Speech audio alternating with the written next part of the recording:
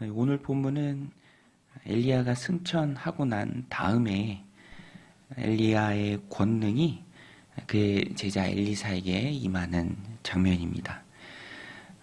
엘리야는 죽음을 보지 않고 승천해서 하나님 품으로 갔죠. 이제 그 후에 이 땅에서 해야 될 일이 이제 고스란히 엘리사의 몫이 되었습니다. 그런데 오늘 본문에 보면 그 사역을 시작할 때 있었던 그 장면입니다.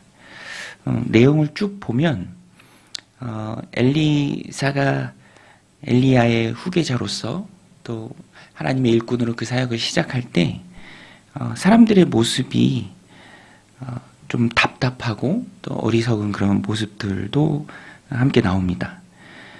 엘리야는 하늘로 승천했는데 이 제자들은 여리고에 있는 그런 제자들, 엘리야의 권능이 엘리사에게 임한 것에 대해서는 다 알고 또 경배하고 그랬지만 엘리야의 시신이 혹 어디에 떨어져 있지 않을까 그것을 찾으려고 또 애쓰는 모습을 봅니다. 엘리사에게 청하고요.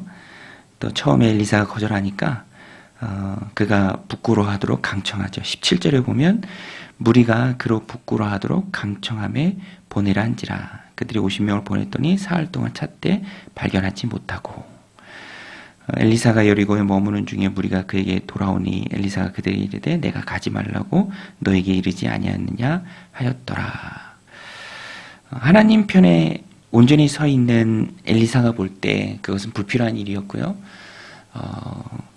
쓸데없는 일이었죠. 그래서 엘리사가 내가 가지 말라고 하지 않았느냐 이렇게 말합니다. 이것을 시작으로 또 엘리사의 사역이 이제 본격적으로 시작되는데요. 그 다음에는 여리고의 나쁜 물을 고칩니다. 사람들이 부탁할 때 엘리사가 고치죠. 21절에 보면 엘리사가 물 근원으로 나가서 소금을 그 가운데에 던지며 이르되 여호와의 말씀이 내가 이 물을 고쳤으니 이로부터 다시는 죽음이나 열매 맺지 못함이 없을지라 하셨느니라 하니라. 그 물이 엘리사가 한 말과 같이 고쳐져서 오늘에 이르렀더라. 엘리사는 하나님의 말씀을 들었습니다. 여호와의 말씀이 내가 이 물을 고쳤으니 이로부터 다시는 죽음이나 열매 맺지 못함이 없을지니라 하셨느니라. 하나님께서 엘리사를 통해서 일하시죠. 사람들이 할 수 없었던 일, 그래서 고민거리고 또 항상 염려거리고 또 자신들의 힘으로 할 수 없었던 그 일을 하나님 편에 서 있는 엘리사가 하나님의 능력으로 그것을 해냅니다.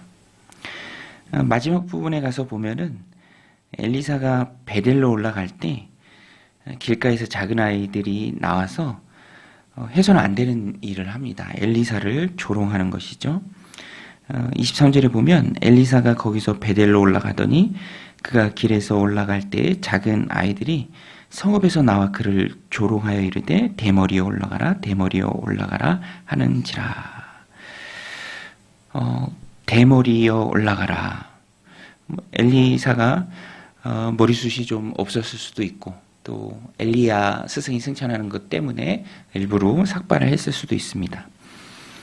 그런데 중요한 것은 이런 엘리야의 권능을 이어받은 엘리사, 하나님의 종이죠. 하나님 세우신 선지자입니다. 그런데 어린아이들이 조롱해요. 또 조롱 중에도 해서는 안 되는 표현이 올라가라라는 표현이에요. 올라가라. 엘리야가 하나님 부르셨을 때 하늘로 승천한 것을 조롱하는 문구입니다. 조롱하는 그런 말이죠. 그러니까 당사자인 사람 엘리사에 대한 모욕을 넘어서 하나님에 대한 모욕이 됩니다. 그래서 또 숫자를 보면 42명이다라고 나오는데 굉장히 많은 수고요. 또 누구도 말리지 않는, 그러니까 당시에 베델에 타락한 그런 사회상을 말해주기도 합니다. 아무것도 아닌 것 같지만 절대로 아무것도 아닌 것이 심각한 결과로 하나님께서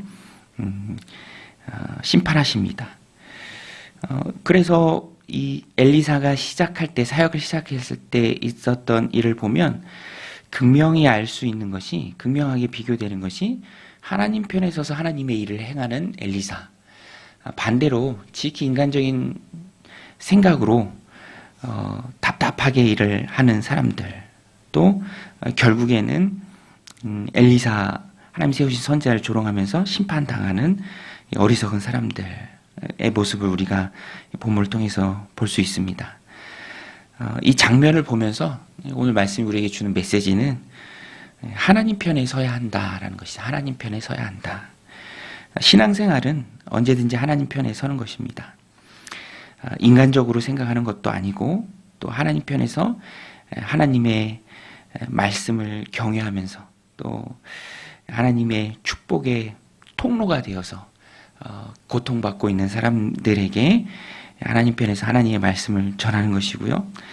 또 하나님 편에서 하나님의 권위와 또 말씀에 대한 경외심을 가지고 살아가야 한다라는 것입니다.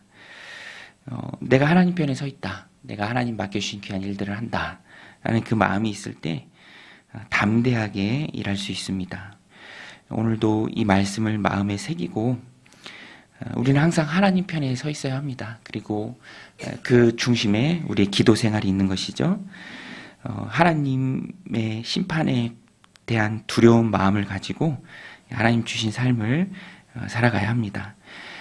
엘리야의 후계자인 엘리사는 온전히 하나님 편에 서서 바른 것을 말하고 바르게 치유하고 또 바른 그런 삶의 모습을 보입니다. 반대로 엘리사가 사역을 시작할 즈음에 있었던 사람들은 그렇게 하지 못했죠.